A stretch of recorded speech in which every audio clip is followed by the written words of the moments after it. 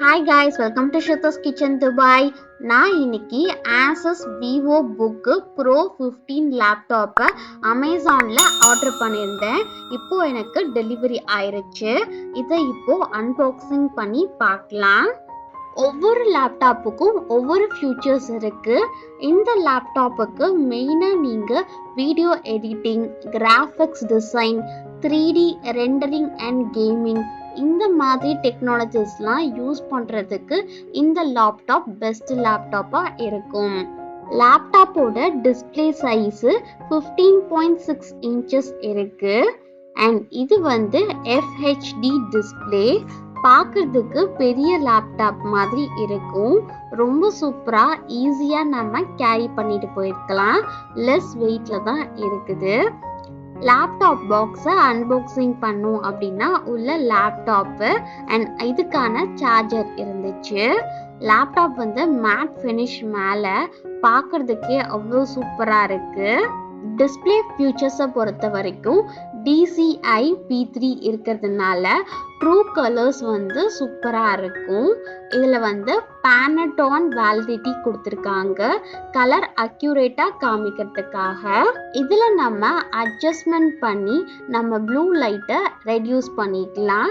இந்த மாதிரி ஒரு 70% ஹார்ம்ஃபுல்லாக இருக்கிற ப்ளூ லைட்டை ஃபுல்லாக ரெடியூஸ் பண்ணோம் அப்படின்னா நம்மளோட ஐக்கு ரொம்பவே நல்லது. CPU அண்ட் GPU பெர்ஃபார்மன்ஸை பொறுத்த வரைக்கும் இதில் RTX கிராஃபிக்ஸ் ப்ரோ கேட் கொடுத்துருக்கனால இதோட ஃபாஸ்டனிங் அண்ட் ப்ராசஸர் சூப்பராக இருக்கும்.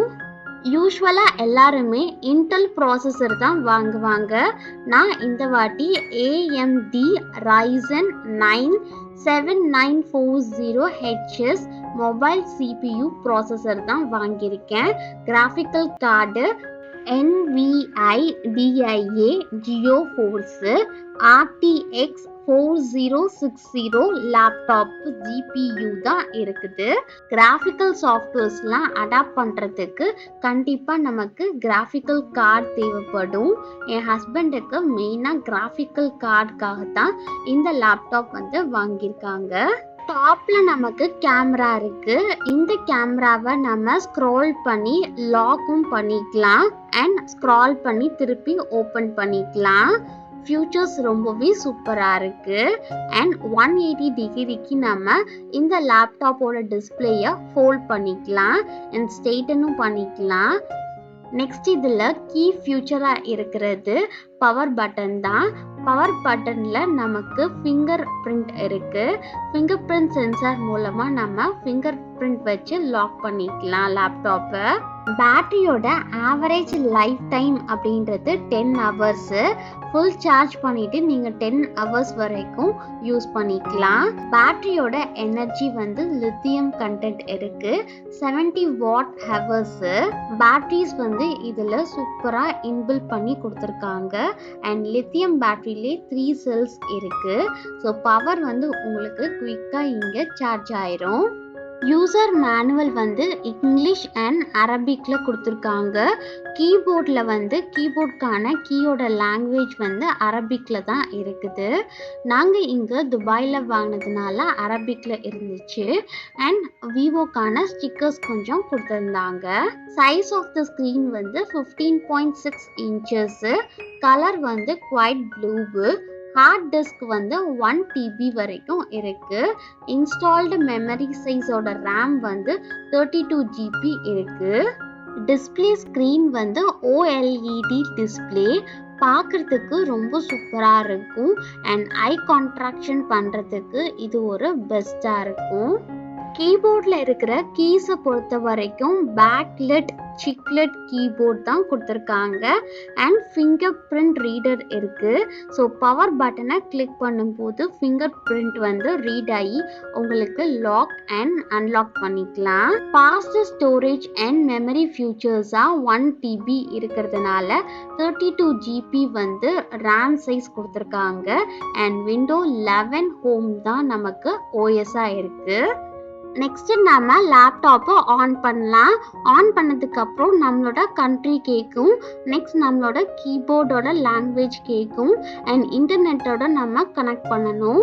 இது எல்லா ப்ராசஸும் முடிஞ்சதுக்கு அப்புறம் நெக்ஸ்ட் லைசன்ஸ் கீ, அதுக்கப்புறம் நம்ம டிவைஸ்க்கான நேமு, மைக்ரோசாஃப்ட் அக்கௌண்ட் இருந்துச்சு அப்படின்னா அதில் லாகின் பண்ணிக்கோங்க.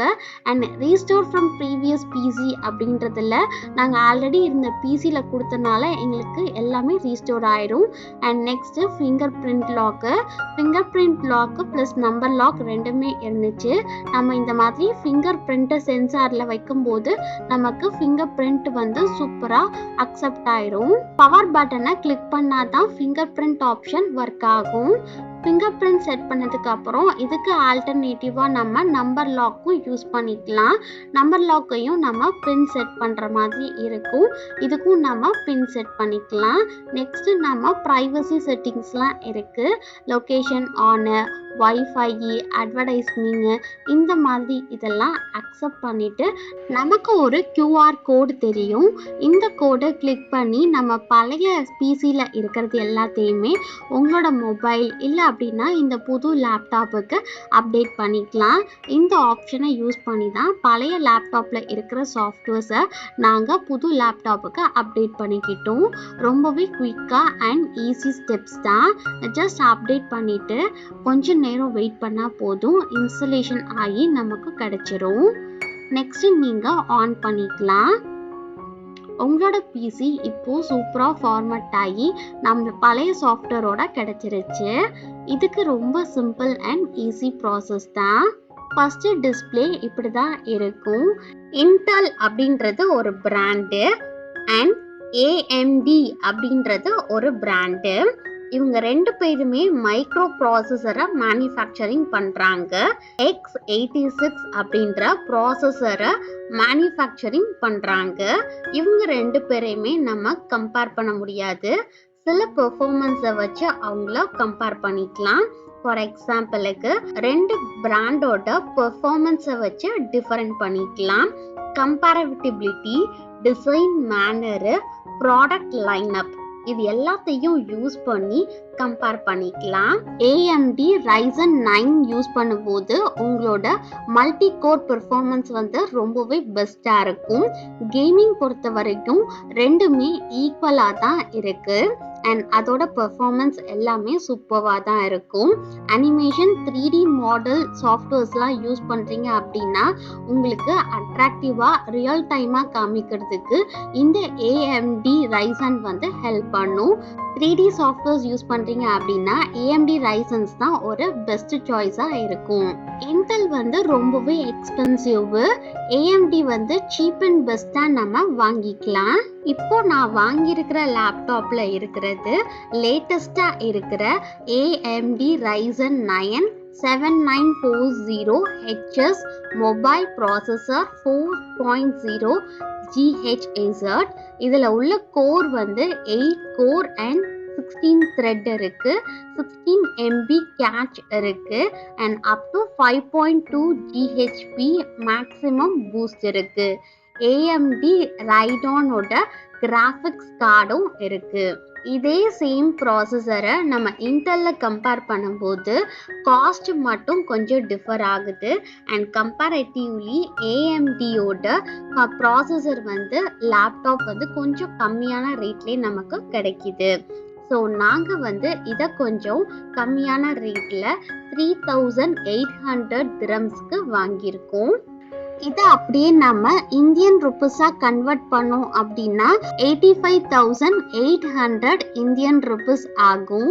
நியூ லேப்டாப் வாங்கினீங்க அப்படின்னா கண்டிப்பாக நீங்கள் உங்களோட செட்டிங்ஸ் போய் சிஸ்டமில் அபவுட்டில் போயிட்டு உங்களோட ப்ராசஸர், இன்ஸ்டால்டு மெமரி எல்லா செட்டிங்ஸும் கொடுத்துருப்பாங்க. கரெக்டாக இருக்கா அப்படின்றத செக் பண்ணி பார்த்துக்கோங்க.